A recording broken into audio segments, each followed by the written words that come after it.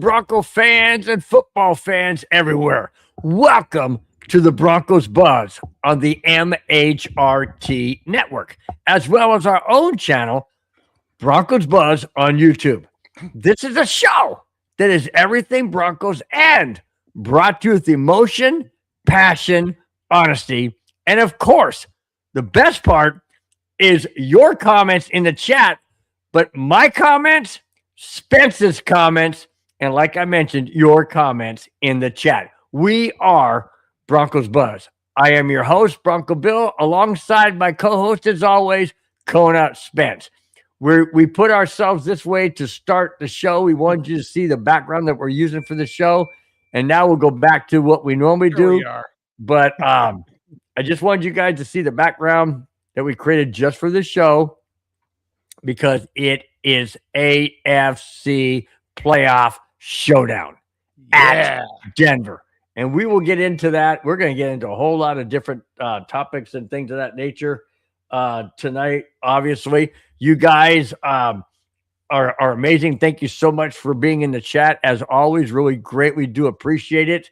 Before we get to the chat, Spence, how has your week been? Boy, it's been warm. You guys, you're not going to believe this. You're not going to believe this, but we've been in the 80s and we're in January. So how you been, Spence? Oh, I've been busy this week getting everybody's back to work off their vacations or winter holiday break. And so I've been slammed at work. My daughter had a case of the Fridays today, so she didn't go to school. I mean, when you and I had a case of the Fridays, what did our parents do? You're going to school. They pulled their belt out, they whipped our butt, and they kicked us out the door until we got to school. Today, now it's emotion, feeling. Oh, I'm not too good. Emotions and feelings. Holy smokes, man. Hang on. Makeup's coming. Makeup. That's supposed to be done before the show, man. That's hilarious. That's hilarious. Speaking, how was your week? Well, speaking of the Fridays, apparently everybody at the golf course had I can't come to work today because I'm not feeling well. It's the temperature change. Dude, we started out with 116 on the sheet. When I left at 1 p.m., it was 151. We were 51 what? 100 players? 151 players. We started out with 116 to 151. I was inundated, slammed. But you know what? It's all good, man. It's all good. It was great. And I even asked the guys, I said to some of these guys, does anybody ever work? And I had the greatest answer ever. Not when it's sunny, not when it's 80 degrees in Southern California in January. No, we're not working. That was classic because that's true. You know, I mean, think about it. If it's 80 degrees in January anywhere. Yeah, you're going outside to enjoy the day. Yeah, it was fantastic, man. It was fantastic. All right, let's get to the chat real quick before we dive into the topics. David Yockins starts us off, batting leadoff, and the chat says, watching the game with Bills fans tomorrow. While eating a lot of ribs. Dude, I am jealous. Oh, my gosh. Are you going to be with the Bills Mafia tomorrow, David? So, David, I got to ask you. Well, answer that question, too. But I want to ask you, what kind of ribs do you like? Do you like it with sauce? Do you like it plain? Do you like to dip it? I personally like to dip it. I don't like to have the sauce all over it because it gets my hand all gooey.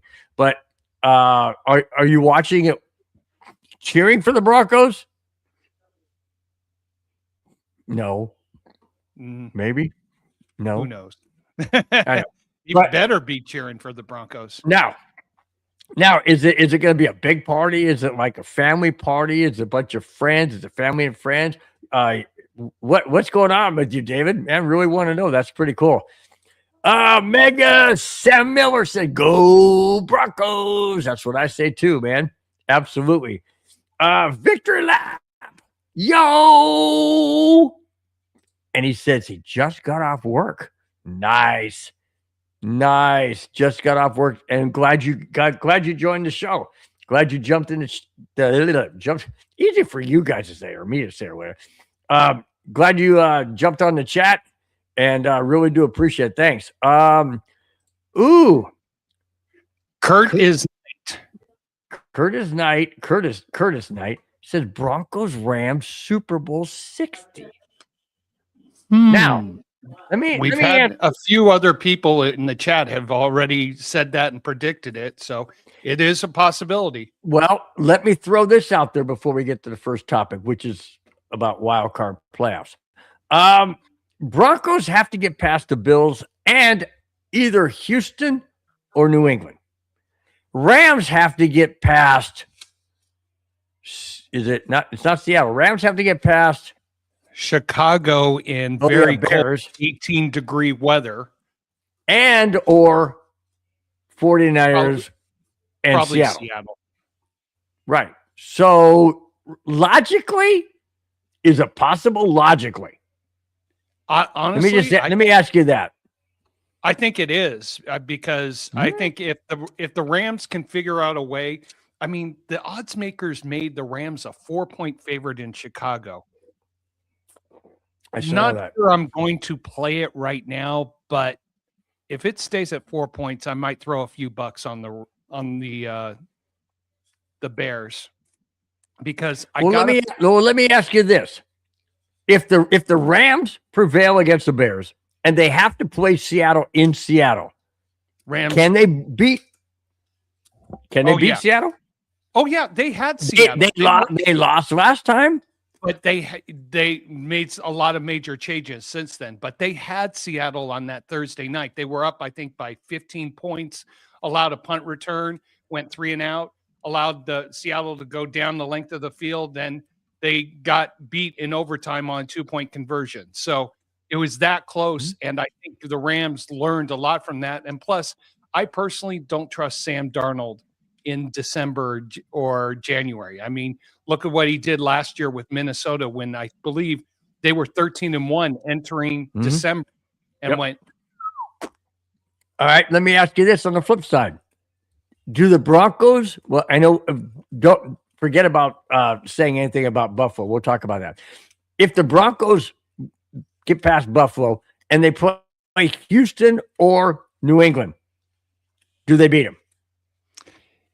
New England, absolutely. Houston, it's going to be a very tough game, I think. They got C.J. Stroud. When we beat them, they didn't have C.J. Stroud. They didn't have C.J. Stroud. So it's going to be very – I think what makes these playoffs so unique this year is there is not a predominant team that has been crushing everybody. Before the playoffs started, I said I could make a case for 5 of the teams in each conference. Out of those 10 teams, 8 are still alive. The 8 teams who I thought would make it this far made it this far. Now, I hope a lot of you guys out there listened to my top pick I had last week and took Carolina and the 10.5 points. I know the sushi that my family had earlier this week was definitely high on that. Yep. So, all right, we got the chat absolutely blowing up. And we're gonna get to a lot of these. So let's back up a little bit. We got Victor Lapp says we think 30 piece on the Bills' head.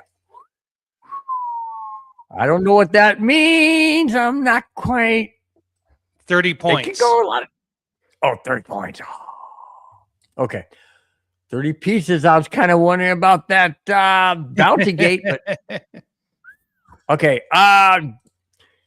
David Young said, absolutely not. They are coming over at our house because I have an 85-inch TV. Oh, nice. Nice, dude. And I always root for the Broncos. So, hey, I didn't know. So, okay, you got an 85-inch TV. So I am assuming everybody's coming to your place. Because I'll tell you what. If you were in my neighborhood, I'd be going to your place too, for sure. And then Madungus goes, how do you broadcast it? Well, I'm not broadcasting with about a 30, 35, 40 other people that are going to help out being in the audience. But that's awesome. 85 inch. That's sweet, dude. That is sweet. By the way, just a question. Just a question. You don't have to tell me. But who makes or what TV maker is your TV? Because I have all Samsung on mine. My largest one is 65-inch. The one I have in the den is 55. The one upstairs in our bedroom is 45. And then I got my mother-in-law's 32-inch that she never watches. I got a 65-inch TV in our living room, and I just usually what I do is when no one's around, I have that TV there, and down below I have another TV so we can have two things going on at the same time. Usually, you know, I can't figure out how to do picture in picture on mine. Don't do picture in picture. Just get another TV. Oh, that's right. Because then you lose size. Well, a lot of guys you lose size. Well, I'm not going there. Well, hey. Bill's talking about losing size here. I think we better change that subject. Or do we have a new jackass of the week? Oh, speaking of jackass, we do have a very brand new jackass of the week. Nice. And this one, we'll get to it right now because I think you guys are going to find this very interesting. So here is this week's jackass of the week. They're coming. You're coming for me. You suck, you jackass. So this week's jackass of the week is not a football player. He's not in the NFL, not in sports other than volleyball. Who's this week jackass of the week? You better explain, Spence.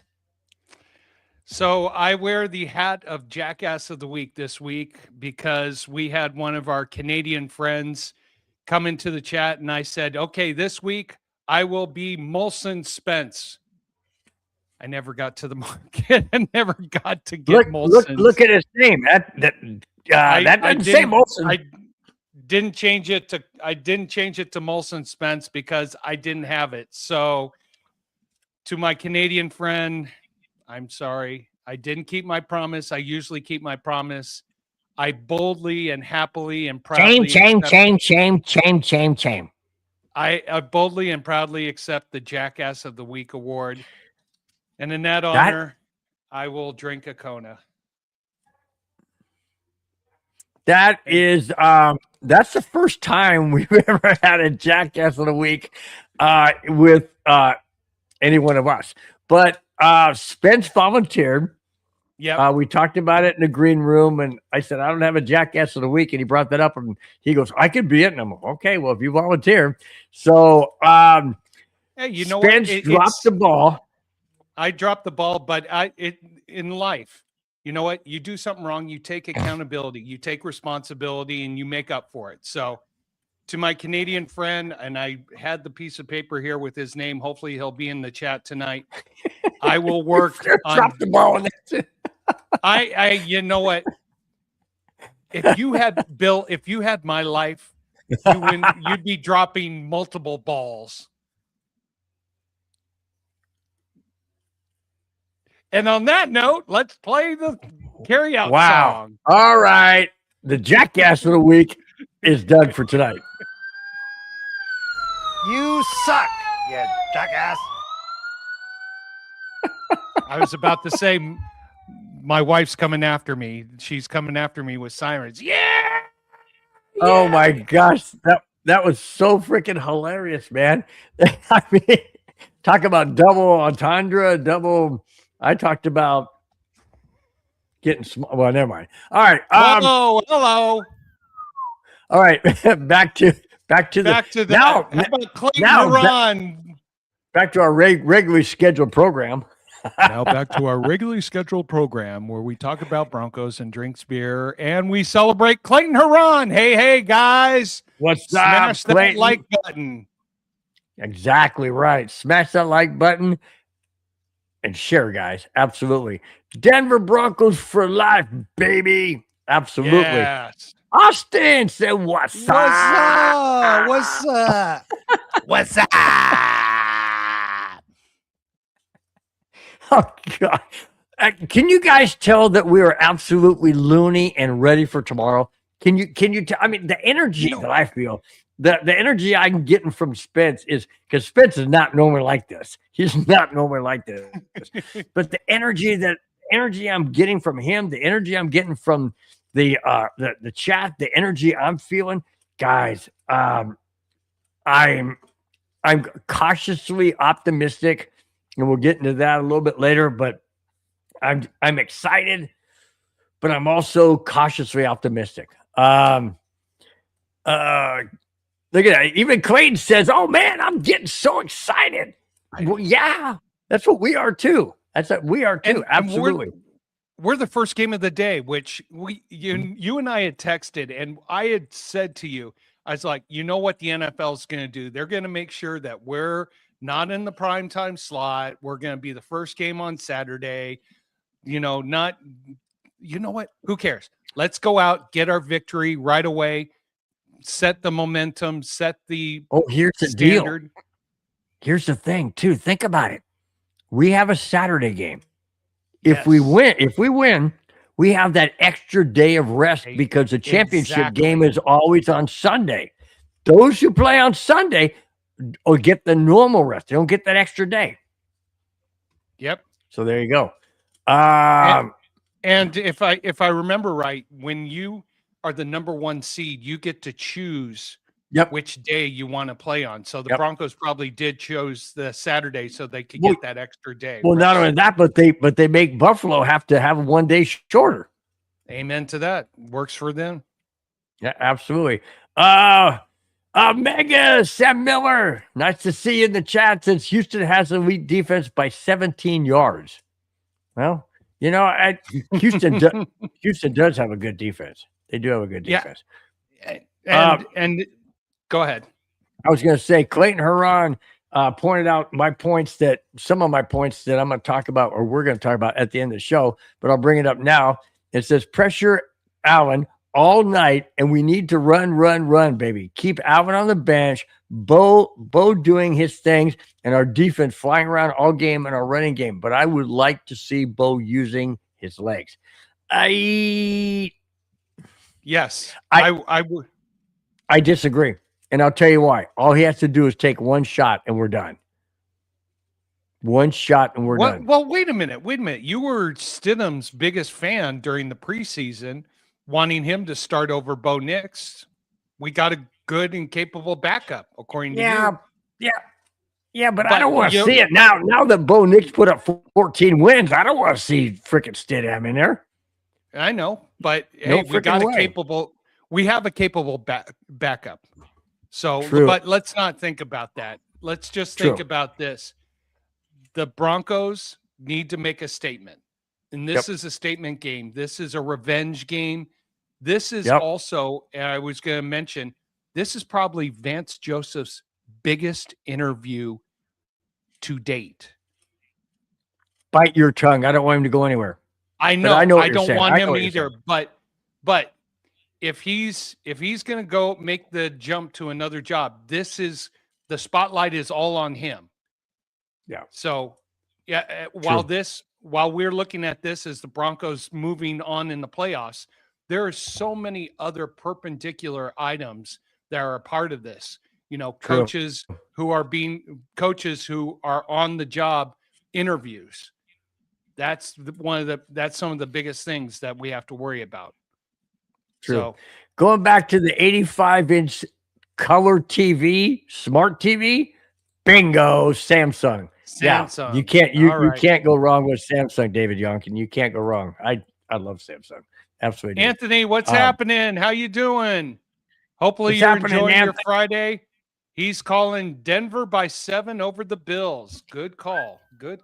Okay.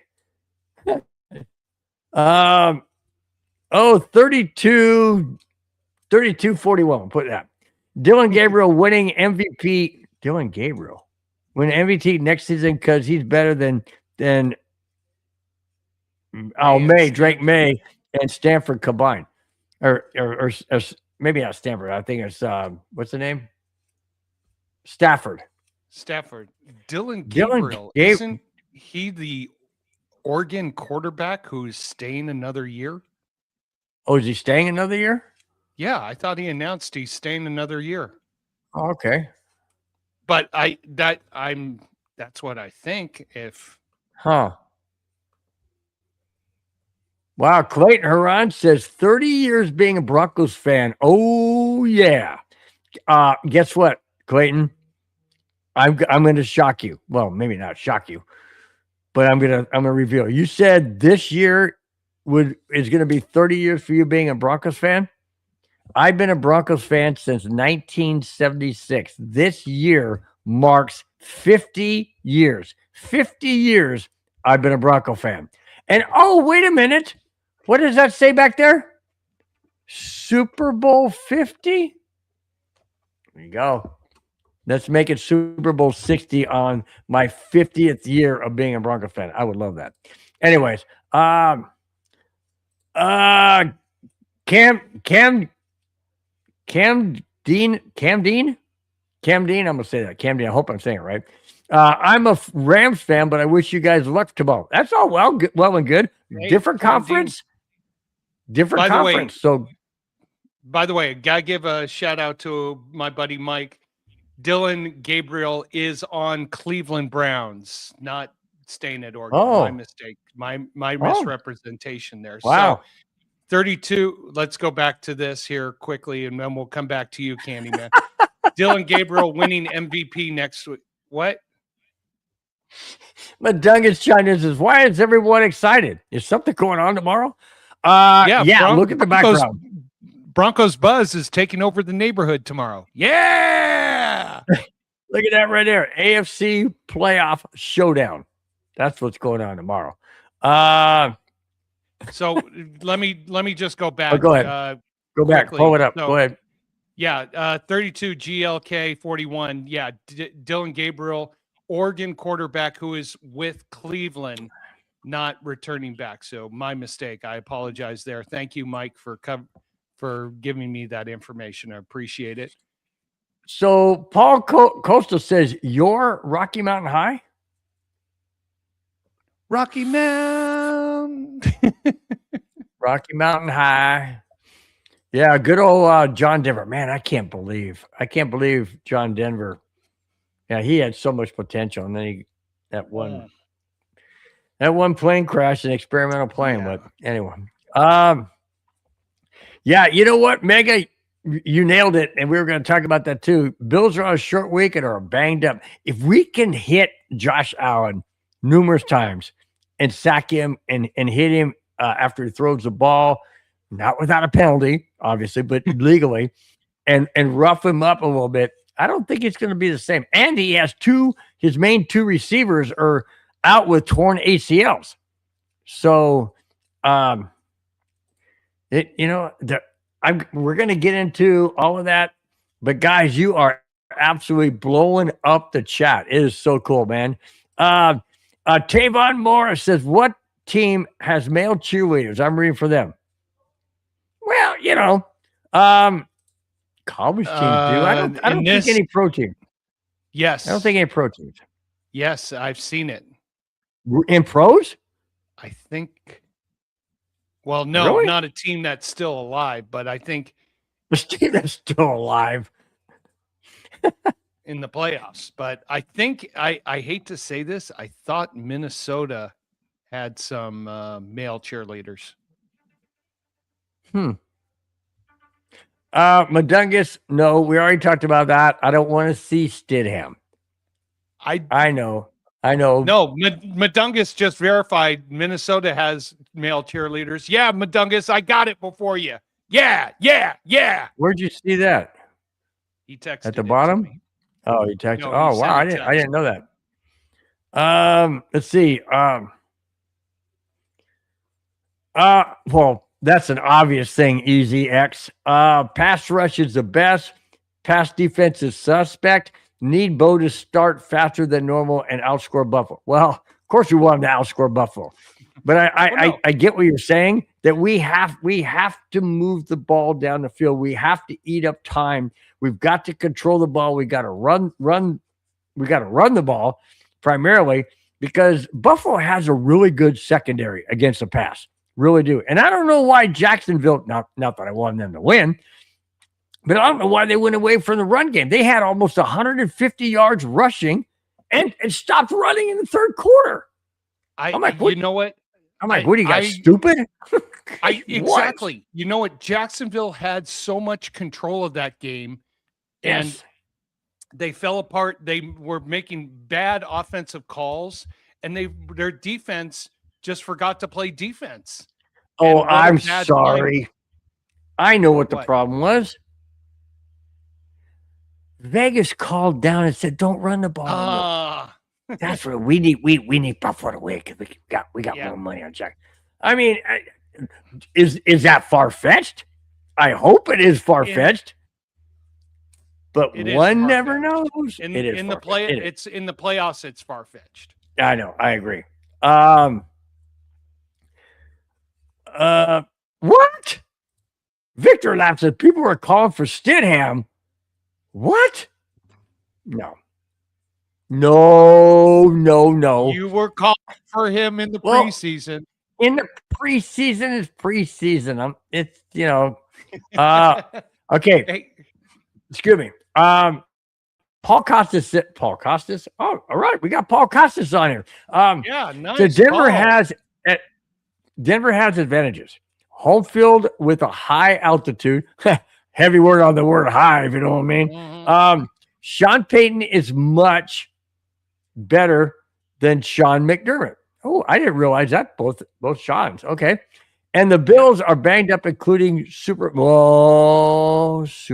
Alan? Yeah, how about super fragile, Alan? I'm curious if he's going to have any mobility. If anybody saw that hit he took at the goal line, his knee, they have been very, very, very quiet this week, but his knee did not look like it was sustained or had stability after that tackle.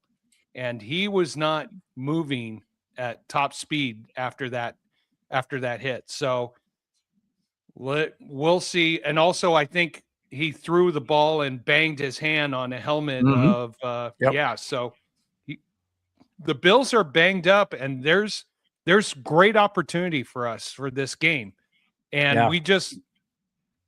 now, guys, I'm going to say this openly.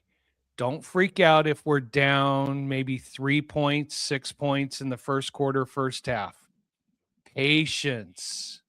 We're going to come back in the second half and win the game. But just be patient. Do we need to score 33 points like we did against the Giants? I hope not. I hope not. Gosh. No, the Giants defense is nowhere equal to the Bills defense, but that's a whole other story. Real quickly, man, we haven't even gotten to one topic yet. Sorry, go ahead. Dag says, where would Bo Nix rank in terms of quarterbacks remaining in the division? In the divisional. So you got Allen. You've got Drake May. You've got Bo Nix. And you've got CJ Stroud. And CJ Stroud. I would say, me personally, I know everybody's high on Drake May, but he had a vanilla schedule, an absolutely vanilla schedule, and he plays in one of the weakest divisions in the entire AFC. The Broncos play in one of the toughest divisions in the AFC, albeit Kansas City fell off the mountaintop this past season, but irregardless, it's still a tough division. I would say, and I'm not trying to be partial, I'm trying to be honest. I'm going to say in the divisional, I have to give it to Josh Allen, only because Josh Allen is the reigning MVP. That's the only reason why I'm giving it to him. Second, Bo Nix. Third, Drake May. And fourth would be CJ Stroud. Oh, yeah, CJ Stroud. And only because CJ Stroud been banged up all year for the most part. And, and I mean, Houston is Houston. I got to give it to that. Give him that. And CJ Stroud is CJ Stroud. But given the overall year performance, I'd have to say Allen, Nix, Drake May, and CJ Stroud. Now, if you want it, that's our opinion. If you want to look at the media's opinion is probably Allen, May, Allen, and Allen. Yeah. Yeah, no doubt, man. No doubt. Wow. Mega Sam Miller says he's a Bronco fan 51 years. Nice. You got me by a year. Well, and we dropped down to Victor Lappy says close to 40 years. Well, sweet. We got some long I have the term. proof. I have the proof that I've been a longtime Bronco fan. Here is my ticket from 1972. There it is. Not quite in focus, but I'll take your word for it. Yep, 1972. Nice. Jay Weaver, what's up, Jay? How you doing? Says, how you doing, gentlemen? He must be talking to you. Gentlemen? How you doing, gentlemen? He must not know our wives. I cannot wait to see Bo step up and prove he's a top 5 quarterback in this league. Absolutely. I totally agree. Oh, Mega, that is harsh. Cleveland is where quarterbacks go to die. Well, you know what? Wow. God, we have I used to know someone, he's moved on, who is a huge Cleveland Browns fan, and they have been dying for a quarterback. I mean, look at I mean, Mayfield was Cleveland's draft pick. He didn't work out. God, probably the best quarterback Cleveland ever had. Brian Snipes? Brian Snipe or Bernie Kosar? Bernie Kosar was the quarterback against John Elway in multiple championship games. So and Elway beat him every time. I mean, who can you realistically say was a premier quarterback for Cleveland since then? Nobody. No. I mean, you want to know something? You feel for Cleveland because they have the dog pound. They've got hardcore fans. They just need. Well, if you're going to any player, I'm not player, any person that would sit in the stands with snow under their mother freaking butt, wearing as much clothing as they possibly can, and put a dog bone in their mouth and go, whoa, whoa, whoa, whoa. Yeah, you know, there's something either drastically wrong with them mentally, or they have nothing else to do but go to a Cleveland game in the dead of winter. I mean, I'm just being honest. I mean, these guys are hardcore fans.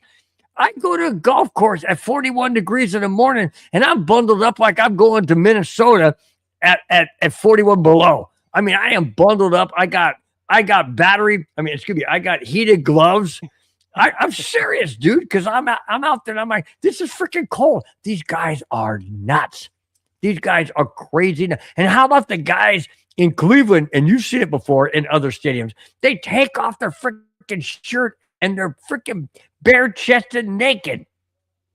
And they're out there in the cold weather. I mean, that's, to me, is, whew, they I don't have an explanation for that. I I just don't get that. Stanley, let's go Denver. Let's get our revenge. Absolutely. Yeah, look at that right there. Look under his. Go ahead and take that off so you can see. Under my name, it says, how badly does Denver want this revenge win? I hope it's extremely, extremely bad that they want it. My gosh. Thank you all tonight for the chat. I love it. It's blowing up. Hey, is there anybody who's in the chat who's part of the Bills Mafia? We'd love to hear from you if you're checking us out here. Richie Rich says, my team lost. Yeah, I'm fine. Because my team hasn't played yet, so hopefully they won't lose. But I know Yeah, what you're referring to, and no, you know what? whatever. Bill's team is the Denver Broncos. End of statement. That's right. That's right. Okay, we got to get into the very first topic after what is it, 35 minutes, 35 and a half minutes for the enjoying the chat, which we love. We love the chat. We love you guys. You guys, like I mentioned many times, are the backbone of the show. And before we continue, you guys, please do us a favor, hit the thumbs up, the like button, subscribe. If you feel so inclined, become a member. There's 3 different levels. If you want to be a member, it'd be great. We really do appreciate it. Because you guys are the reason why we do the show. We love to do the show, but you guys are the reason every Friday when we see your name pop up in the chat, it gives us absolute energy. It gives us energy. It gives us a drive, and it gives us a reason for being here. We love it. All right, Spence. Last weekend was the wild card. Yes. Last weekend was. I said Bill. It's true. Last weekend was the wild card playoffs. I'm going to throw out every single game to start out. I want your reaction to, did you expect that team to win, or do you expect that team to lose? Here it is. First one I'm throwing out: San Francisco over the Eagles.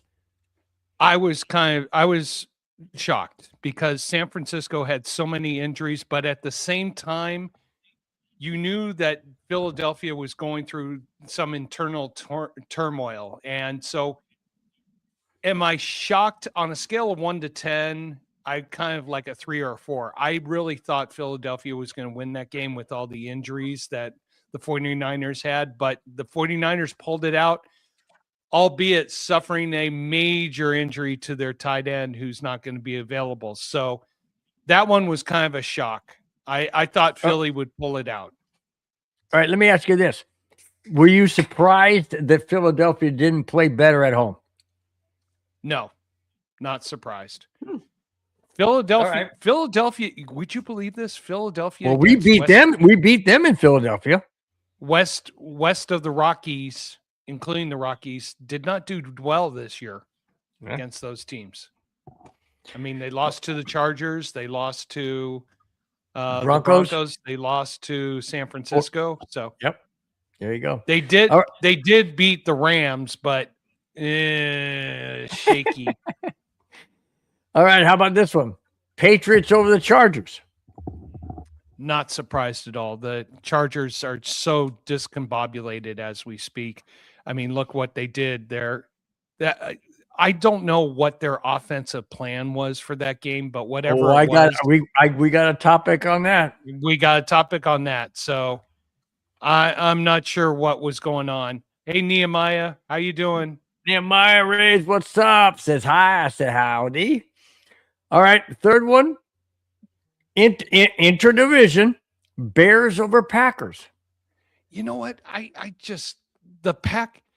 I threw a few bucks on the Pack because I thought they have to. And you want to know something? The Chicago Bears in 3 games with the Green Bay Packers never hiked the ball once with the lead. Never ran an offensive play having the lead. Wow.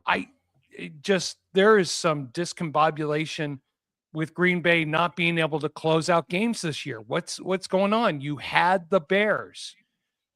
I'm on a shocked level was like a 2 or a 3. I really thought Green Bay was going to had the momentum, had the energy. It's like, we got burned last time. Let's go back. No, they showed who their true colors were. And, Green Bay's got some internal questions they've really got to address and answer. And so that's going to be an interesting offseason here for Matt LaFleur. And the last one, Rams over the Panthers. The Panthers had that game, and the Rams pulled it out with like less than a minute to play. All I can say is cha-ching, cha-ching, cha-ching, cha-ching, cha-ching, cha-ching, cha-ching. So apparently you got some sushi. Well, I mean, really 10.5 points after Carolina beat the Rams a few weeks earlier. I mean, that was just like saying, here you go, bettors, take it. So I'm not surprised that the Rams won, not shocked that they covered the spread. It played out like it did. So, the Rams move on, and us people in the financial industry increase our revenues. Yeah. Madungus says that Broncos got wide receiver Elijah Moore activated. Hang on, guys. Activated for the Broncos wide receiver. That's going to help out big time. Nice. That's going to help. Definitely need the diversity there. And then Paul Costa said, doesn't Buffalo defense rank 28th in the NFL against the run? Yes, they do. That's what we were saying earlier.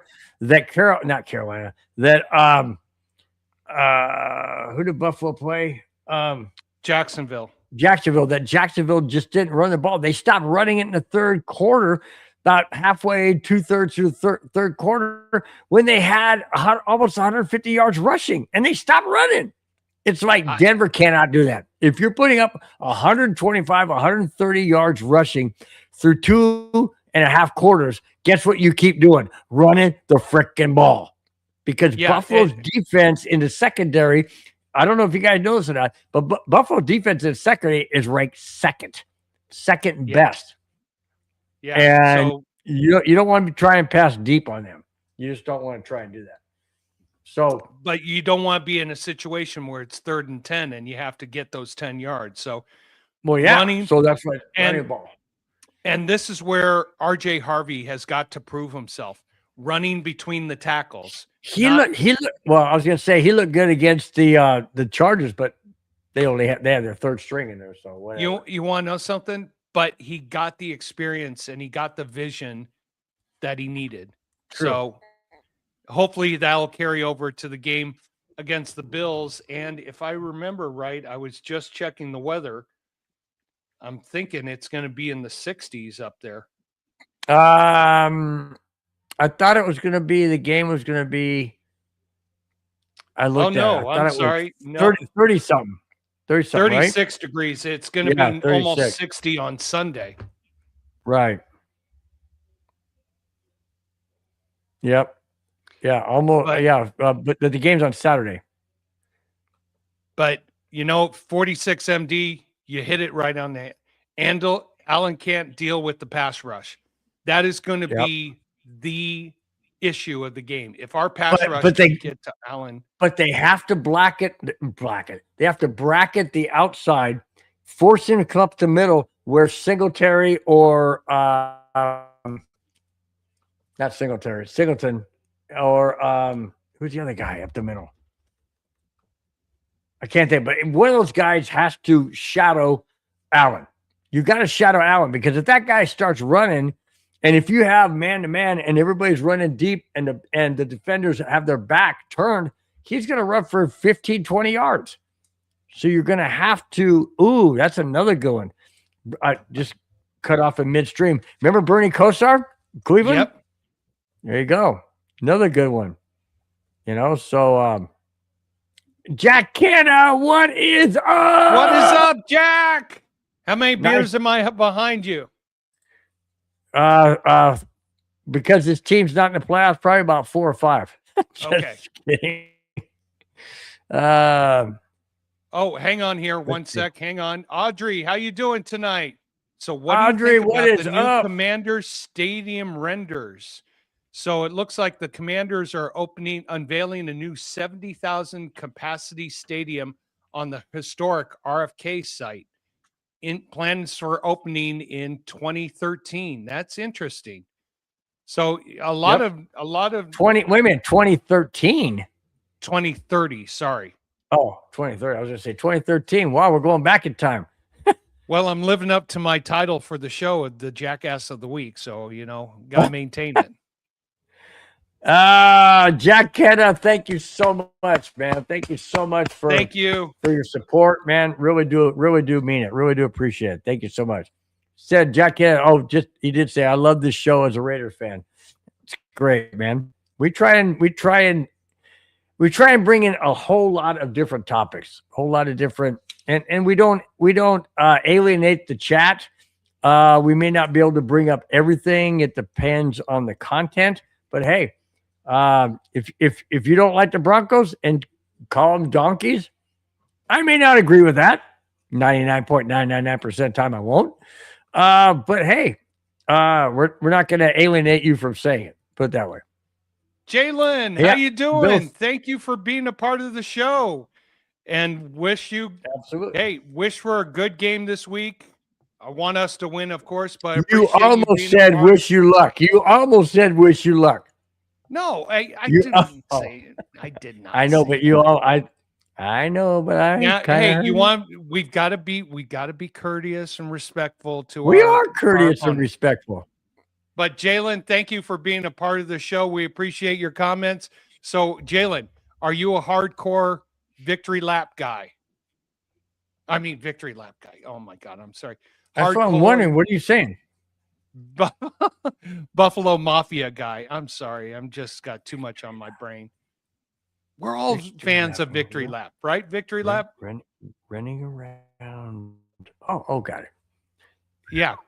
I think I was looking at the chat and he goes, Kona, wow. I'm like, yeah, wow. Yeah. Let's see. All right, we got so many people in the chat. This is crazy good. New person, Cake J1. Hey y'all. I Hey, said, what's up, Cake? What's up? You know what? There's a great show on Netflix called Is It Cake that we watch. Oh, you got to watch it, Bill. Well, maybe that's the person. Is it cake? I don't Every time you know. come in, Cake will go, is it cake? Oh, Johnny, former co-worker at the golf course, says Josh Allen's coming for blood. Johnny. Johnny. Be nice. Be nice, Johnny. It's okay. No, he's cool. He's a Raiders fan. It's all good. We don't care. What do you mean there's an airplane in my video?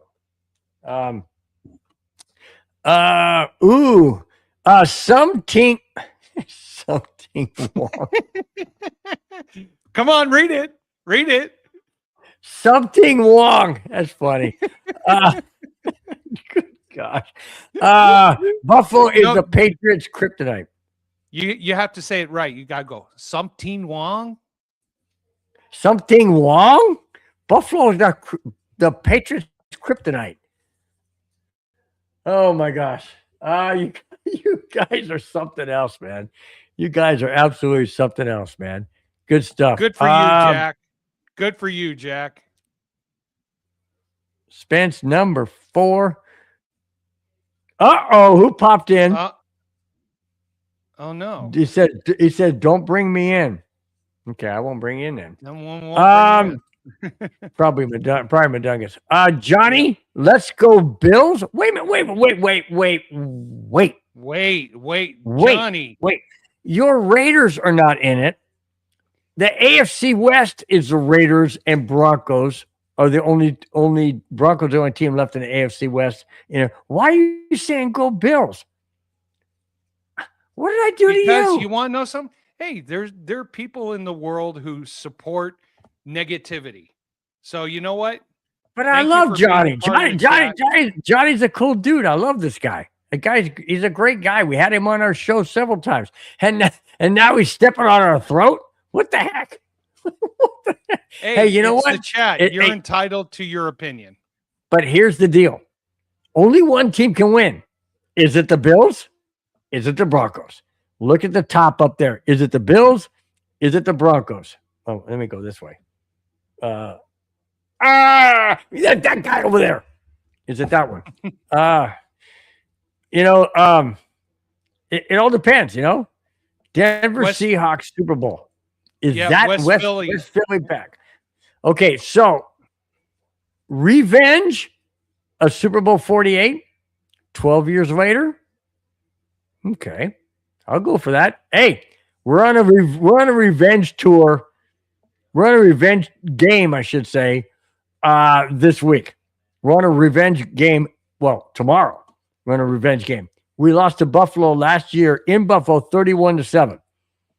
This is a revenge game in Denver. Oh my gosh, Spence, could you imagine 31-7 repay? Denver beats them. Can you imagine that? We would I love would to lose. have that. I would lose my freaking mind. I would lose my mind. Who hit me on private chat? Says Bill, I'm going to help run the chat. Okay. Okay, whatever. That's fine. Whatever. All right. It's all good. Oh, wait a minute. Jack's on number 5, and you stuck on 3, because if I get to 5, I start slur. Jack said, Johnny, don't take it from Bill. What do you mean don't take it from me? What am I saying wrong? Oh man. Sports boy, hey, how you doing today? How's life what's up, treating you man? these days? 1, 2, 3, 1.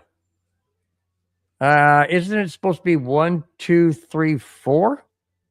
Oh, I don't know. Just checking. It's all good, man. Just having fun. Oh, good. Jack can't suspense. Johnny Linares said, just poking fun, fellas. I know, Johnny. It's all good. It's all good. We're having fun. And I'm Dylan, just how you poking fun back doing? at Go you. Broncos. Amen. We agree with that. Okay, can we go to topic number 2? Go for it. We may have to skip some topics, but I'll tell you what, this is what we're going to do, guys. We love everybody in the chat, but we're going to blast through. Well, let's hit this one really quick. Randy and Broncos, hey, guys, let's ride. No, let's ride. That ruffles Spencer's feathers. Let's ride. Who said that? Russell Wilson. Let's ride. I told you can't say that. So we got to jump over that and say, hey, guys, go Broncos. That's every better. There you go. Okay. We may have to, like I was saying, we love everybody in the chat. Absolutely, we do. We're going to move along with these topics. They kind of coincide, and then we'll get right back in the chat before we get into the actual meat of the upcoming game tomorrow. So here we go. Ready? Speaking of the Eagles earlier losing to the 49ers, the Philadelphia Eagles, after losing their wild card game to the 49ers, have fired their offensive coordinator, Kevin Patullo. The team announced last week. Nick Sirianni said, and I quote, Patullo is a great coach who has my utmost respect, end quote. Why would you say that after you just fired the guy? Oh, this guy's a great coach. Yeah, but you just canned his ass. So, I mean, you can't have it both. I know he wants to say the right thing, but it almost sounds contradictory, does it not? Hey, man, you did a great job. Thank you so much for what you did. Oh, by the way, there's a screen door. Don't let it hit you on your way out. Just saying. I'm just saying, but at the same time, you know, the one thing that we all saw was their wide receiver Brown have a meltdown. I've been reading more that he has been disagreeing a lot with the OC. This is what happens when you get a number one receiver who has to have the ball every single time, has to be the man. When he's the man and he doesn't get the ball, he creates a discombobulation with the team. And there was some infighting that was taking place. And it was led because Brown wasn't getting the ball enough in his vision. Well, yeah, you know what? They've got to figure it out. Philly's going to have to make some decisions. They've got salary cap issues that they have to worry about coming next year, but more likely the year after. So, yeah. Oh, yeah. By the way, Jack, I was the jackass of the week, and here's why. So, Randy, what is that, Molson? No, Molson? Randy, we had a segment already. I was the jackass of the week because I forgot to go back to the beginning. It was hilarious. I forgot. I was the jackass of the week because I forgot to go to Bevmo because I actually was at Ralph's and then I was at another liquor store. They didn't have Molson's. That's his excuse. And I completely forgot. today to go to Bevmo. And so, Randy, my sincere apologies. I will get it right next week when we're playing for the conference Doghouse to you. Doghouse to you. Don't you know who I'm married to? I live in the doghouse. All right. Speaking of firings, after the Chargers had a meltdown, literally, admitted their offense had zero clue what to do against the Patriots defense. It came out where they actually said that whatever they put out on offense against the Patriots defense, they had no clue. They said they did game film, but the Patriots admitted they changed every scheme verbally. They used the verbiage that was one scheme that was then used to a different scheme. And so the Chargers apparently learned or studied what the verbiage was for that play or that defense scheme, and it wasn't. You talk about mixing it up. Now, my question is this. If the Patriots can do that, how do other teams do the same thing? And is that, I mean, I guess it's legal to do. You can say one thing and do another. Well, government does it all the time, but that's the side point. Anyways, but no, but you know what I'm saying? It's the Chargers admitted that whatever they studied wasn't what they went up against. Is that brilliance or what? Now, that being said, the Patriots now are going up against Houston. Don't you think that Houston studied what they did against the Chargers and try and say, okay, if they say this, it might mean something else or whatever? I don't know. I don't even know. Can't even begin to fathom how you diagnose that, because how in the world would you be able to say, okay, well, if we're saying, cross right 38, left, whatever, and you see, not that they can hear what the defense is calling, but seeing the setup, and then all of a sudden it changes. I mean, I don't know. I'm not an NFL guru by any stretch of imagination, but that just shocked me when I read that, and they self-admitted we had no idea what we were seeing on their defense when we came out of offense. That's shocking, dude. That is shocking. And that's why he got fired. Yeah, that's why he got fired. I mean, if anybody here it is. Let me tell you who got fired. Here it is. Following up from that. After the Chargers lost to the Patriots, the hammer fell on the offensive coordinator, Greg Roman, and offensive line coach, Mike Duvlin.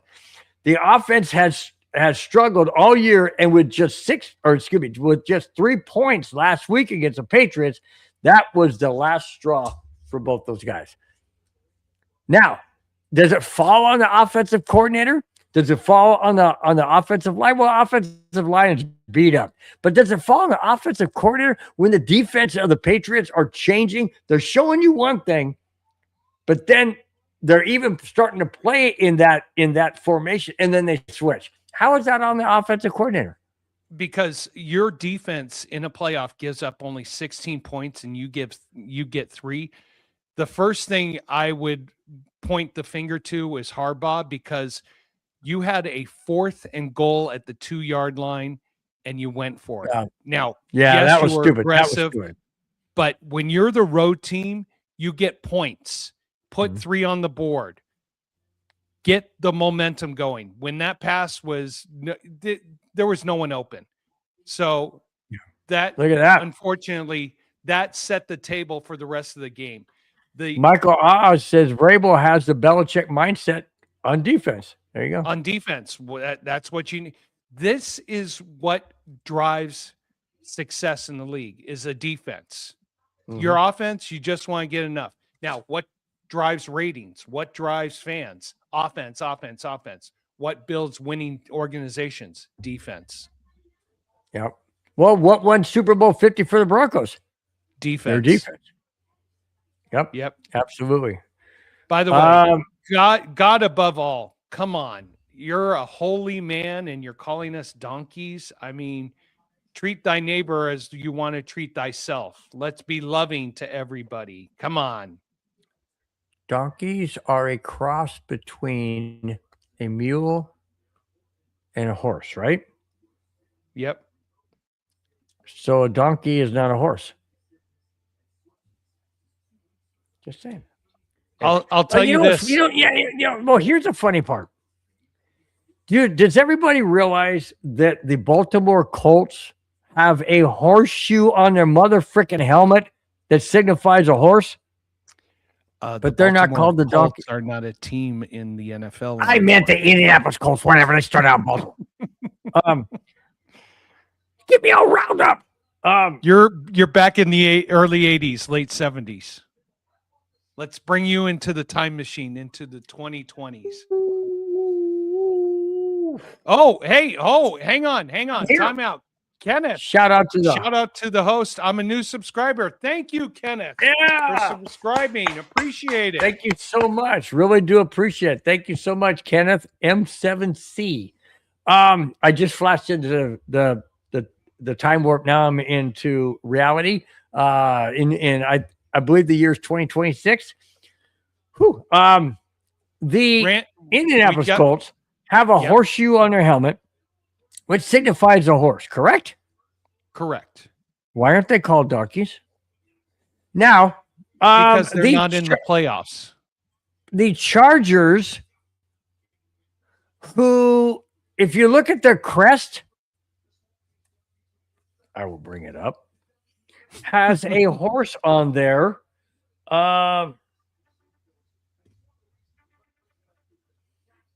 Let's see. Oh, really? Let's see. Really?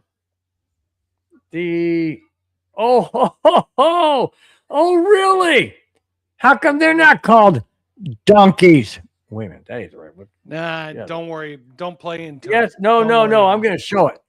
Okay. There it is. See that? That's a horse. How come they're not called donkeys? Huh? What is wrong with you people? Why is Denver? Because you're giving them fuel. I know, whatever, but it just irritates me. But you know what?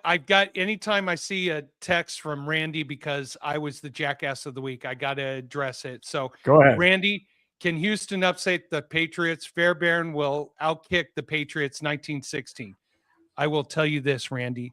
Out of all 4 games, that's my sushi bet of the week. I got Houston plus 3.5. I think they win the game in New England. Really? Yep. Okay. That is, and of course, Molson for everybody. Nope, not that one. This one. DAH poet. Where there's a will, where there's a may. Well, I mean, excuse me. Where there's a will, there's a may. DH Poet is a Patriots fan, and you know it's going to be a good game. I just think Houston's got the momentum right now. Yes, they do, Mega. Well said. That is the absolute quote of the show. Chargers play like donkeys every year. Wait a minute. Is that a slap on Denver? Don't worry about it. No, I don't care. Whatever. And I just liked it. Hey, Hoodie Han, welcome to the show. Thank you so much. Looking forward to a good, fun game this weekend with us crushing you guys. Where's Hoodie? I don't see it on the. How come you didn't bring it up? Oh, because I brought it up. I didn't see it. Oh, there it is. Got it. I'm blind as a bat, I guess. All right. Speaking of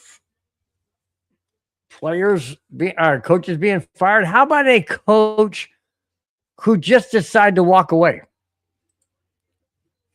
Oh, really? A coach just decided, hey, after never having a losing season, I think I'll just walk away. The Pittsburgh Steelers have been informed that after 19 seasons and 0 losing seasons, Mike Tomlin has stepped down as the Steelers head coach, per Jay Fowler of ESPN. Wow. And you know what his reasoning was?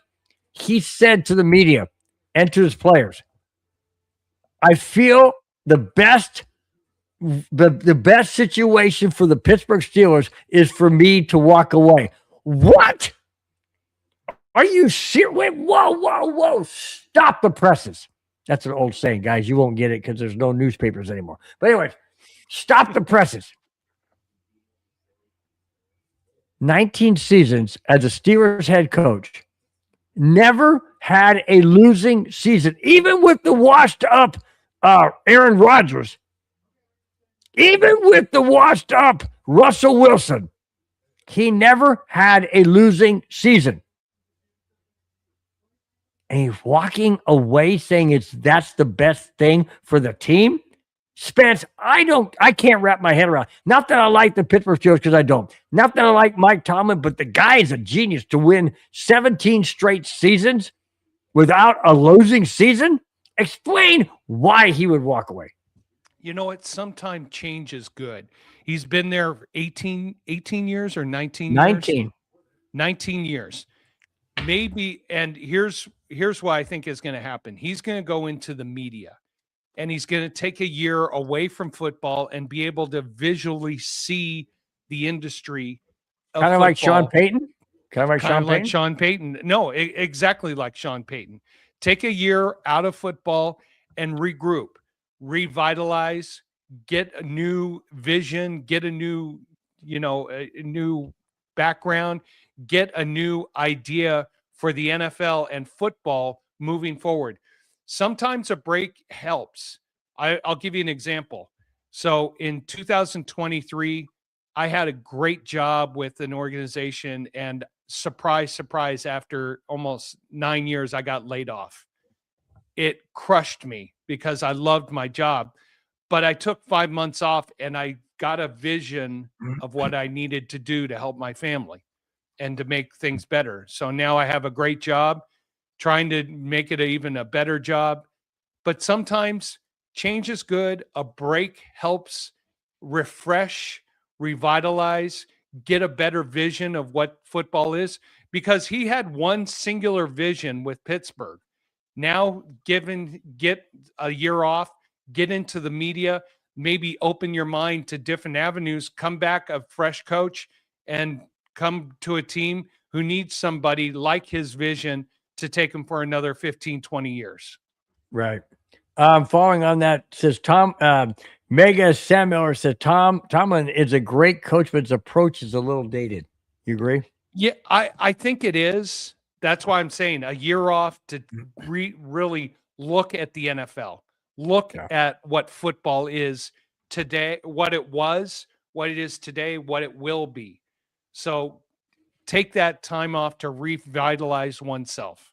That's a good thing. Victory Lap says change is good sometimes.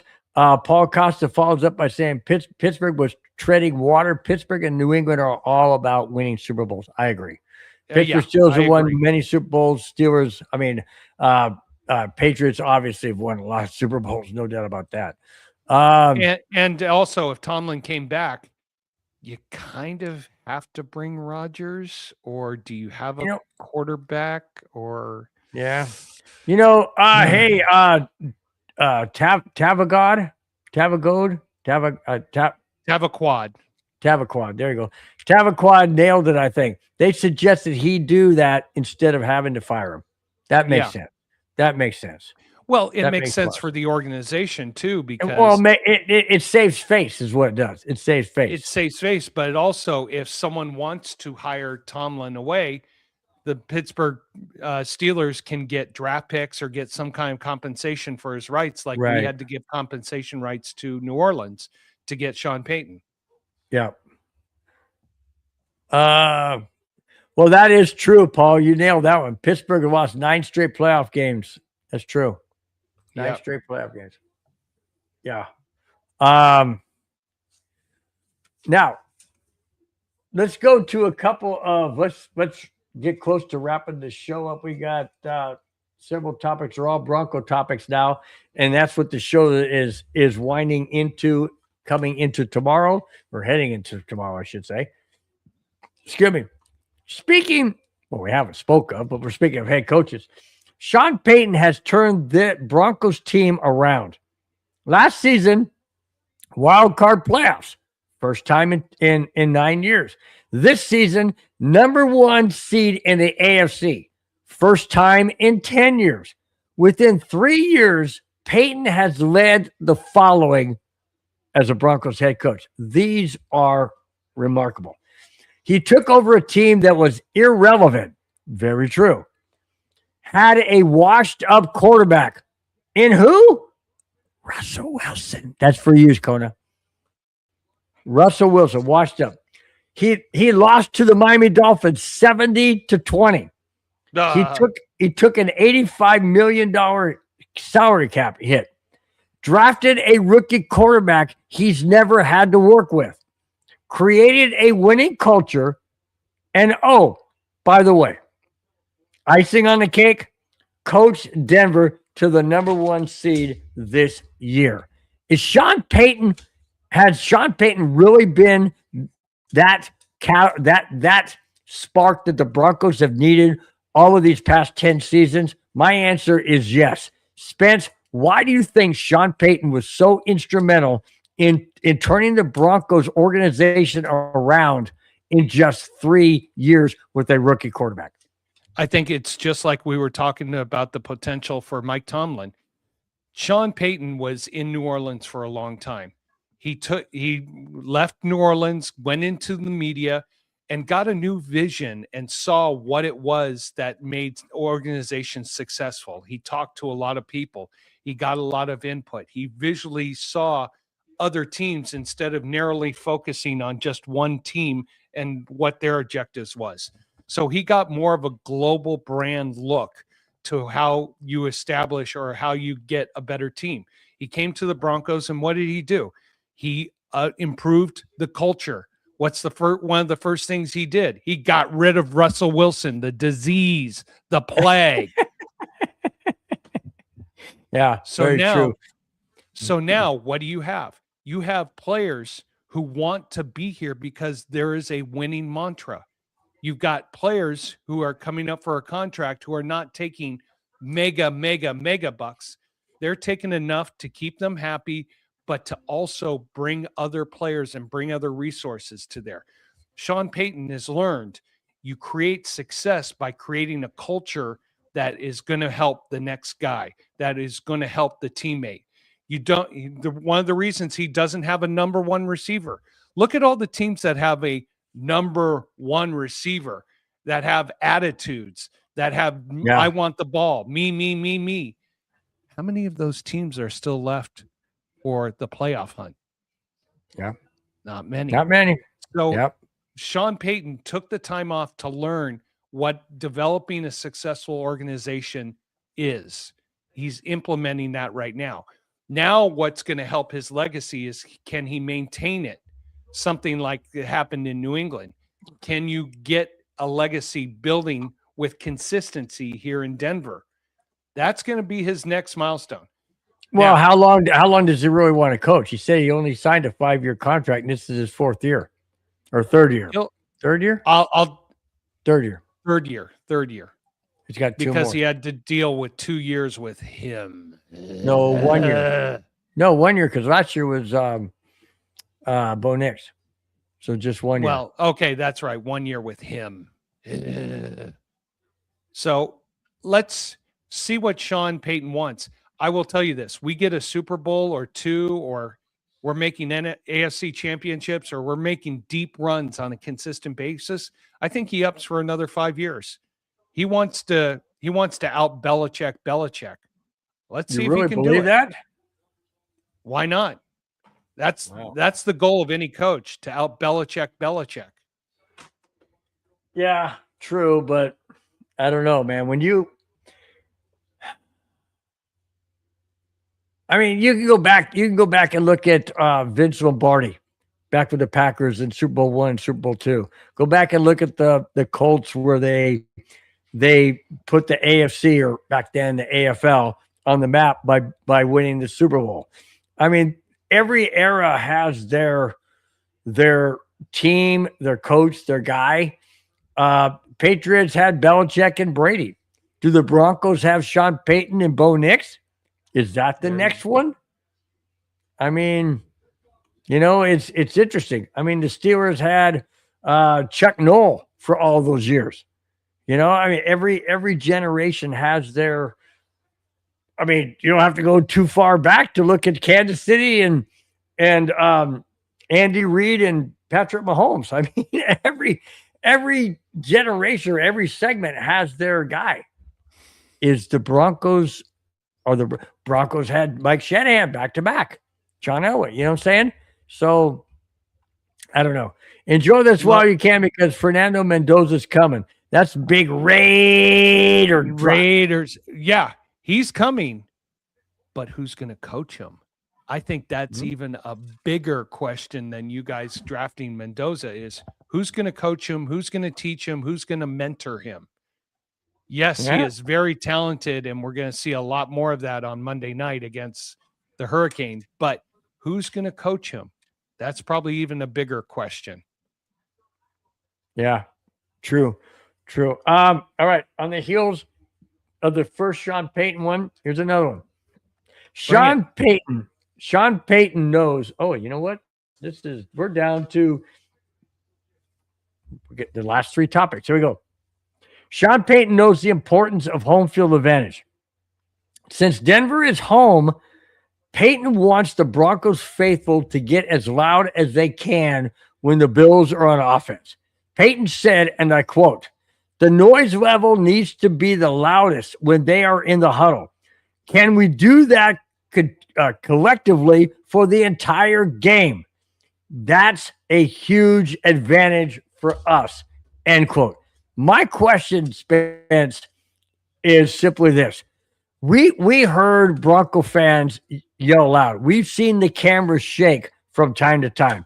Can the Broncos faithful bring the energy, the noise, the vocals, the intensity to cause Josh Allen and the Bills to be off kilter, so to speak, take a delay of games, have to call timeouts because they can't hear the play call or can't get the play in on time and can't relay it to the players? Is that something that the Bronco fans can generate, or is it just something that NFL quarterbacks and NFL teams can just ignore? No, you're going to see a passion that we have not seen at Mile High Stadium in a long time. There is going to be hardcore fans on both sides that are going to be there screaming, yelling, cheering. I'll tell you this. Hang on real quick. You think Bill fans are going to show up? That's 3,000 mile travel. Bill's Mafia travels everywhere. They'll be there. Okay. But the one thing I'll give Bill's Mafia fans, they're loud, they're obnoxious, but they're very respectful. So I give it up to them for that. This is going to be a very loud stadium, especially when Josh Allen's trying to call audibles. You thought Peyton was calling for the fans to be loud against the Chargers in that final game? They're going to be much louder, and they're going to be ready, especially for a game starting at 2:30 Mountain Time. They will be ready. Are you ready for that? Fish Stick says Bills winning by 3 scores. All right, Fish Sticks, $300 wager. You're going to give me the Broncos plus 20.5 points. I'll take it. Wow. That is crazy, man. I don't see that. Well, he's going back to 31-7 is what he's going back to. But that was in Buffalo. That was in cold weather. Guess what? This is in Denver, Mile High.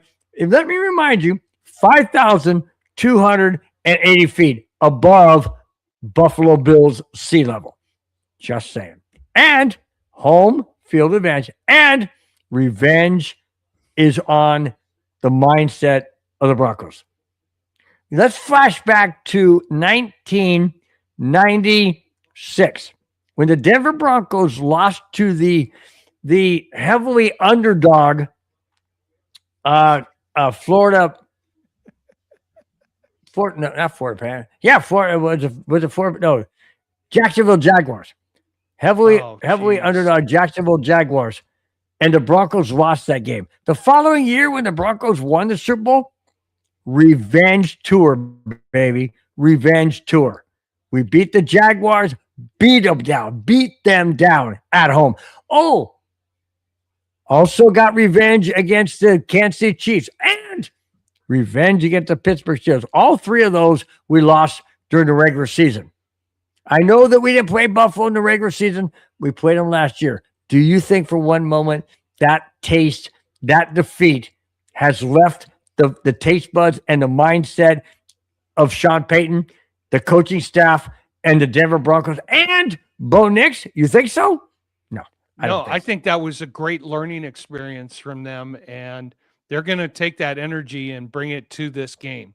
So 9-time champion here, underrated news. Patrick Nix, Bo's dad, resigned from his high school coaching job to be in the ministry full time. He's going to be around much more, and I think Bo plays much looser. Amen to that. Good. Absolutely. That's fantastic, man. That's fantastic. I don't know where you're pulling these chats up, but these chats are just blowing up, guys. You guys are insane. You guys are absolutely incredibly awesome. Garrett Shelton says Broncos 31-20. Book it, boys. Broncos are back and we up now. There you go. 31-20. I think it's going to be a little closer than that, but I'm hoping. Wow. I got so excited. I pulled my. Oh, wait a minute. All right. Victory lap. What's your address? All you can eat buffalo wings at my house. Oh, I'm coming. I'm on my way out the door. I'm going right now. I gotta go. Oh, what's that cartoon? Exit stage left.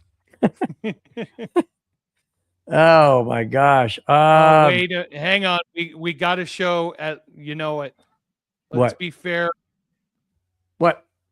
Bill's gonna kick your ass. No. Okay, well. The Masrad. To your opinion. The Masrad. Victor Lapp says fish sauce smoking. That good stuff. What is fish sauce smoking? But fish sauce, sure. I mean, whoa, just whack the heck out of my mic. Fish sauce, you don't put that in a pipe, do you? No, just kidding. But no, fish sauce on wings? Fish sauce on wings. I don't know about that. No.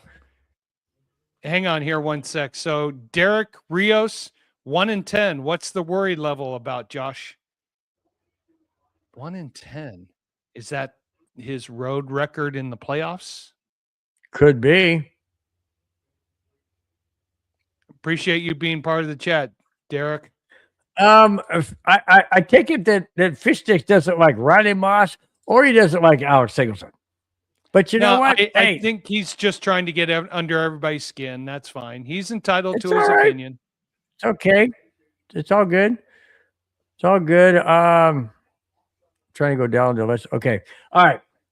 Last, like we do every week. Nando. Guys, last two topics of the show. And here they are. I know you guys have no idea where that came from. But that came from the dating game back in the 1970s. That's what they would. That's what. Who was the host of that show? I forget his name. Dating game. I was a kid at that time, so I can't remember. Come on, you were not a kid in the 70s. Yeah, I was. Oh yeah, you were. I was born in 68. I was born in 58. I gotta find this out. Real quick, because it's gonna drive me nuts. You know me, guys. It's gonna drive me nuts. So I gotta find this out. Who was the host of the dating game? Jim Lang. Jim Lang used to go. He would say, okay, so and so, if it's a guy, it's a girl, whatever. Then you had three. If it's a girl, you had three guys that were wanting to date her, and if you had a guy, it was three girls that wanted to date him. And anyways, and so he would say, after he would introduce whoever was the single person, he would say, and here they are. Anyways, so now you got a little bit of history. Okay. Bills and 49ers are a little bit upset at the NFL. Why? No. Oh, here's why. Last week's wild card game had the Bills and the 49ers playing on Sunday, and they aren't happy with the NFL's scheduling because the NFL has scheduled the Bills and the 49ers to play on Saturday on a short week when the Broncos and the Seahawks both had a bye and had 13 days off. The Broncos host the Bills, the Seahawks host the 49ers, and the NFL said, we're not changing it. You played on Sunday, you're playing on Saturday, and you're traveling. Good freaking luck. Spence, let me ask you this. Can the NFL be more arrogant than that? I mean, to take the Bills and the 49ers, I mean, were the Bills expected to beat Jacksonville? No, they weren't. Were the 49ers expected to beat the Eagles? No, they weren't. So their punishment is they play on a 6-day rest instead of 7. I think it's fantastic, man. I love it. You know what? Hey, I mean, that's just my perspective.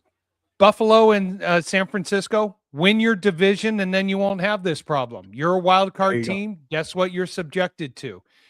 When you're the number 1 seed, you get to choose which day you play on in the divisional seed.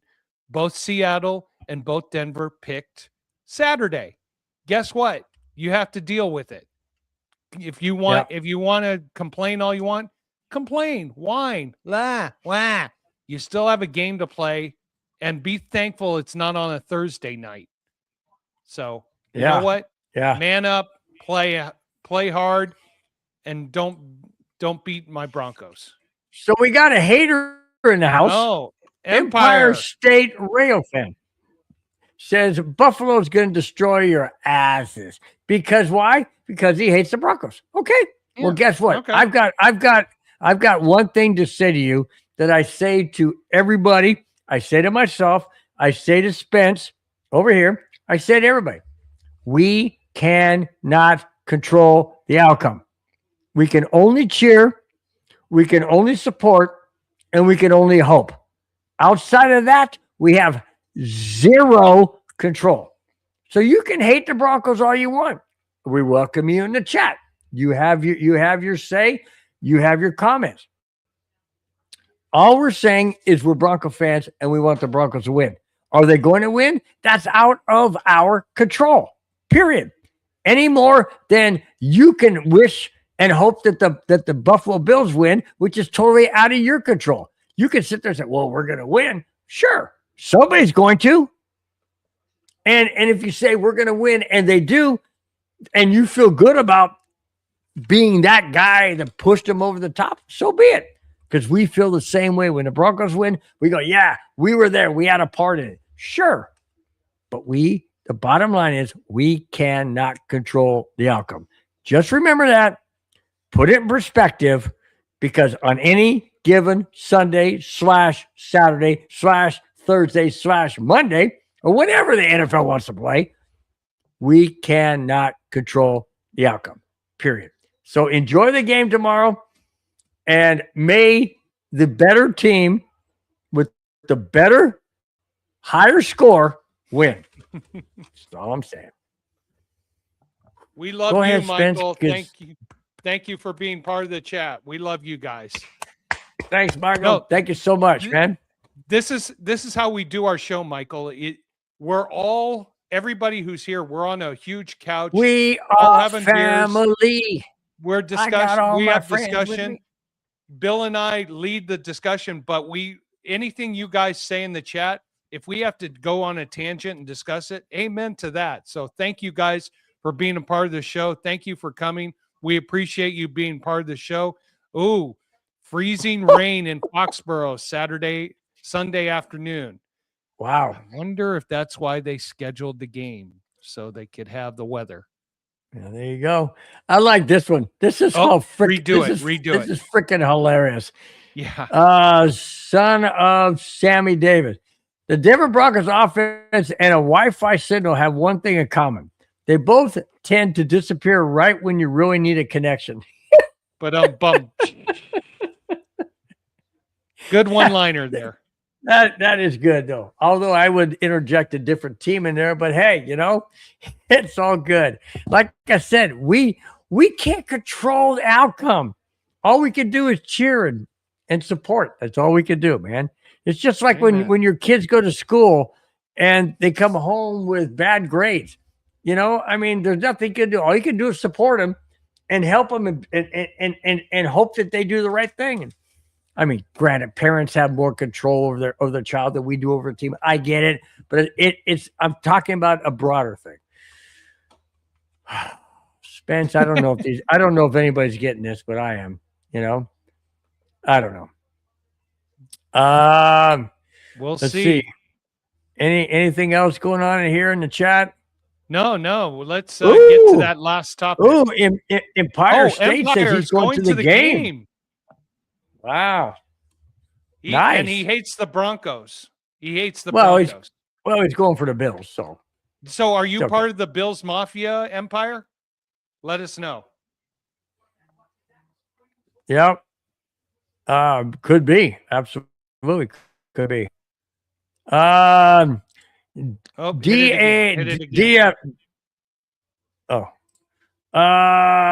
Dia Poet says Knicks first May AFC Championship.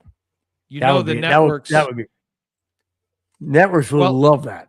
Well, no, the networks. You don't think so?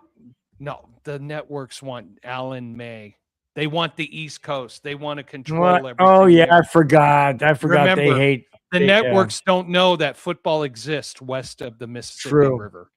True. Okay. Last topic. Main topic. Tomorrow's game. Just so you guys know, here we go. We're gonna do this right now. This is a full view of the background. There you go. Well, is that it? Why didn't it go smaller than that? Anyways, that's a full background. There it is. AFC playoff showdown. Broncos versus Bills. Denver, Colorado, 5,280 feet up. Here it is. Bills, Broncos preview. My thoughts to the keys of the game. Spence, I'll give you my topics or my keys of the game. You can agree, disagree, or change them up. Here we go. Broncos need to control the clock and score in the red zone. Number one. Number two, no mistakes like penalties in key situations. Number three, no interceptions or fumbles at all. Number four, pressure Allen and keep him limited in his runs. And number five, the defense needs to get turnovers and sacks. Do you agree with those? And if you do, and if the Broncos, I won't give my score yet, if the Broncos can accomplish three major things, which is control the clock, pressure Allen, and don't make mistakes with turnovers or key penalties in key situations, if they can do three of the five, can the Broncos win? I think if they do three of the five, they can win. I think if they do number five, that's going to be the biggest one. Get turnovers and sacks? Turnovers, sacks, pressure. The defense, the front seven of the Denver defense, if they can get pressure on Josh Allen and control how about this? Stop the run. Stop the run on Cook. Stop the run, but it's the front seven. I'm not too worried about our back four. It's the front seven. Steven. Spence, put money on that. By the way, Steven, email me, and I'll wager $500 with you, and I'll take the Broncos plus 29.5. Oh, wait a minute. Hang on. We've been asking for Bills Mafia. We got Bills Mafia. It smells like ass in here. Bills Mafia in the house. Bills Mafia 97. Had to give a Cheers shout to out, you. dude. Wait a minute. 97, the Broncos won the Super Bowl. Just saying. 1997. Just saying.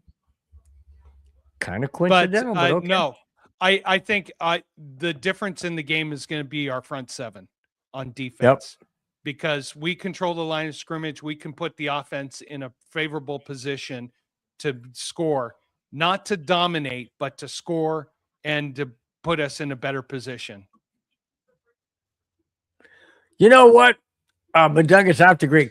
I mean, you have to give it up for the Bills. The Bills are the only team, and I will say this: the Bills were the only team, and in my opinion, will never happen again, where a team will go to the Super Bowl, not one, not two, which has been done, not three, which has been done, but 4 times in a row, and not win.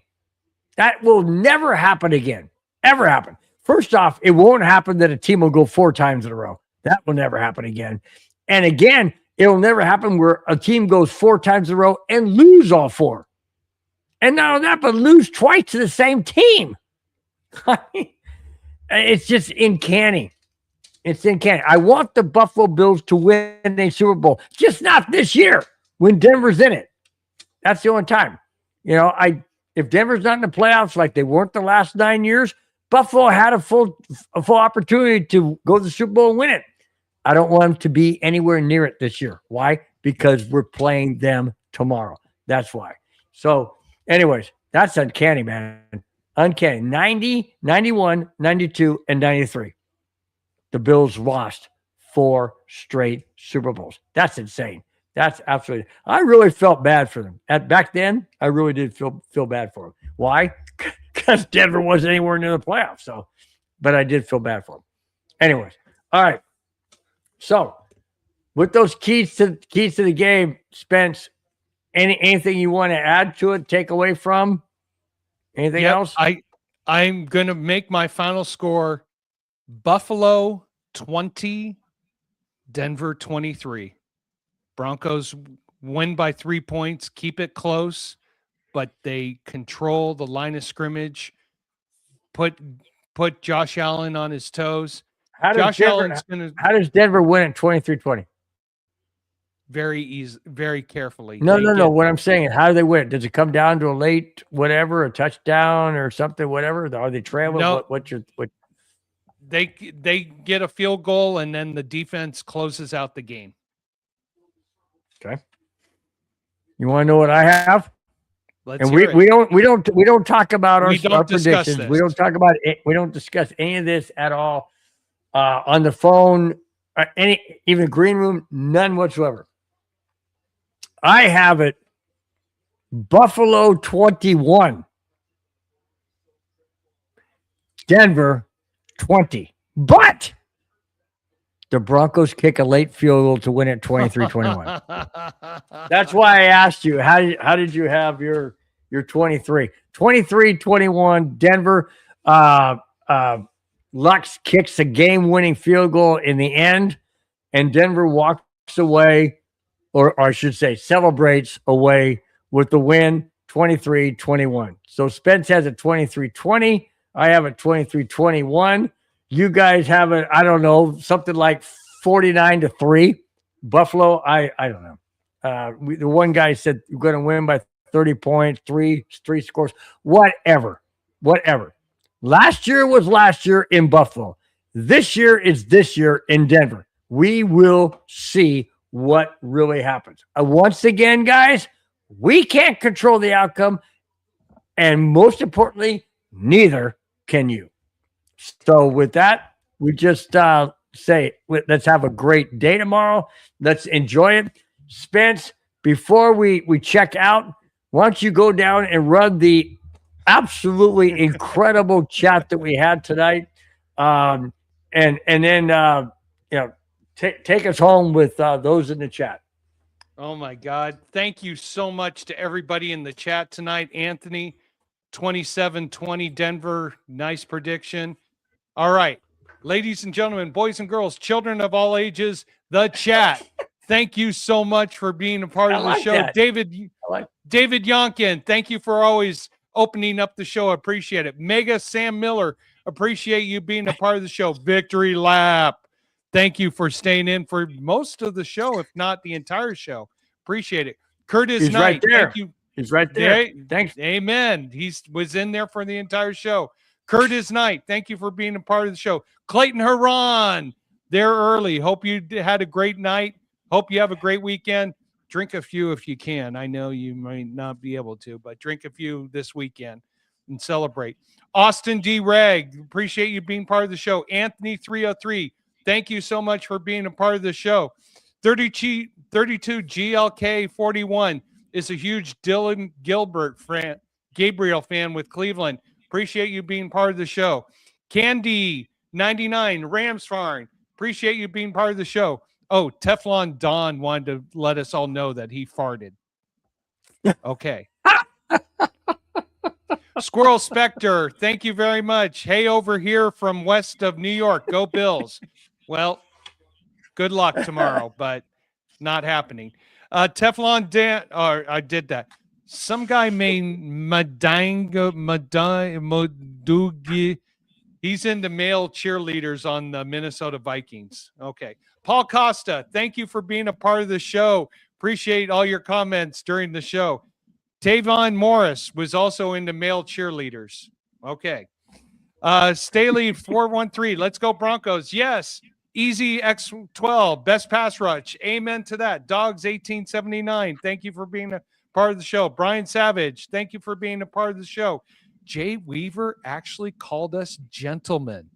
Jay, thank you so much for that. Rich Nichols, thank you for I don't get that.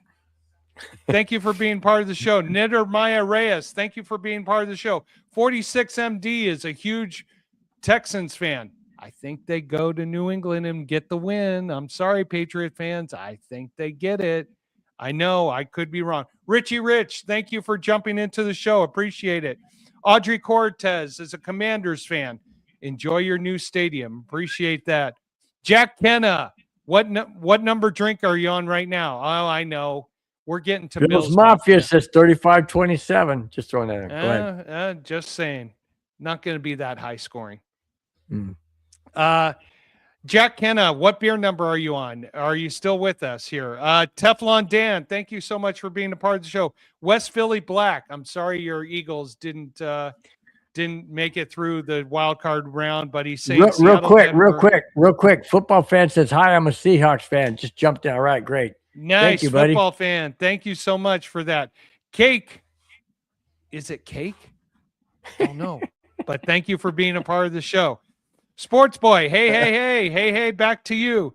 Dylan Earl is a big Broncos fan. Thank you so much. T. Chill. Eagles are the best. Not when you get eliminated in the wild card round, but I appreciate you for that. Beth Targa is a huge Jags fan. Maybe next year. All right, Randy and Bronco.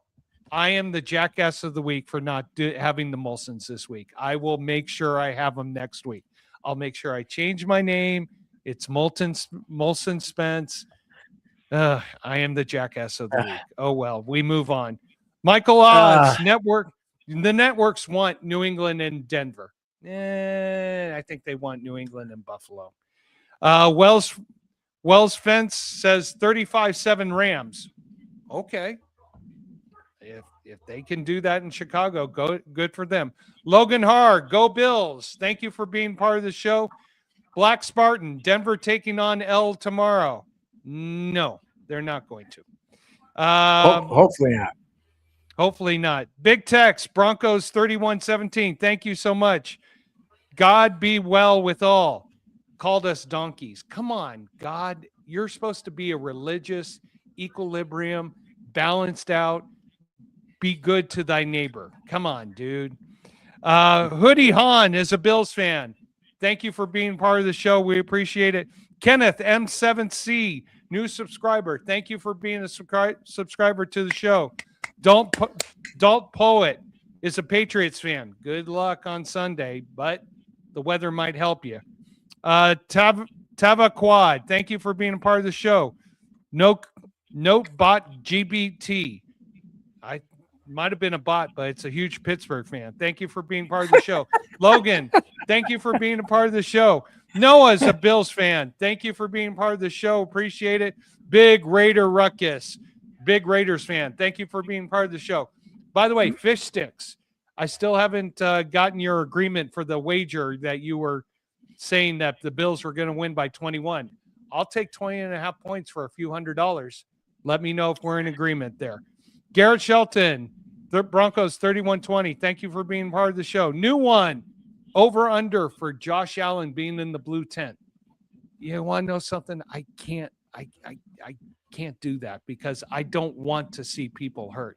Now, he talks about hurting people and getting them out of the game, but only for the game. I mean, not only for not for the career. I don't want to see people get hurt. 9-time champion, fan of Patrick Nix. Thank you for being a part of the show. The Masserod thinks the Bills are going to kick our ass. You're welcome to your opinion. Football fan X91, we're going to the Super Bowl. Yes, the Broncos are going to the Super Bowl. Derek Rios believes Seattle, Denver in the Super Bowl. Okay, I buy that. Nando Magic, a big Broncos fan. Thank you so much. Son of Sammy Davis, thank you for being part of the show. Appreciate it. Empire State Rail Farm hates the Broncos. Hate's not a good word. Never use hate. But he's going to the game, right? I know he's going to the game, so enjoy the game. Eugene's a Patriots fan. Good luck with the weather. Maddox Jackson's also a Patriots fan. Stephen White, I still haven't seen you in the chat. Give me my 29.5 points for $1,000 so we can have that bet because he thinks the Bills are going to win by $30. By the way, Randy Molson's up. I know. Bad me. I'm almost done, JoJo. The family needs to get out the door. Okay. David Potter's a Broncos fan. Muy Breezy, Tin Man, Bills Mafia, Lester Green, Nando Marie, Spider Double thinks the Broncos suck. Well, you're welcome to your opinion. Jimin, thanks for jumping in. Travis Norris, Bills fan. He's thinking Bills Houston. I'm tired and worn out, and the boss just screamed and yelled, and my daughter came in. Bill, take us out to the weekend show. I will, guys. I'm going to do this really quick. Enjoy tomorrow's game, 1:30 Pacific time, 2:30, 3:30, 4:30, wherever you may be, wherever you may watch the game. Guys, thank you so much for a fantastic show in the chat. We love you guys. We appreciate you. You're the backbone of the show. Until next Friday, enjoy a huge Broncos game tomorrow. May the Broncos win. Till next Friday, have a fantastic playoff weekend. We'll see you then. Bye-bye. Fast lane when I pass in the street, bag of money in the passenger seat. Simcoe's been asking for me on the road from the west to the east. Way up, I might never come down, cause the coast's racking up the flame out. So high.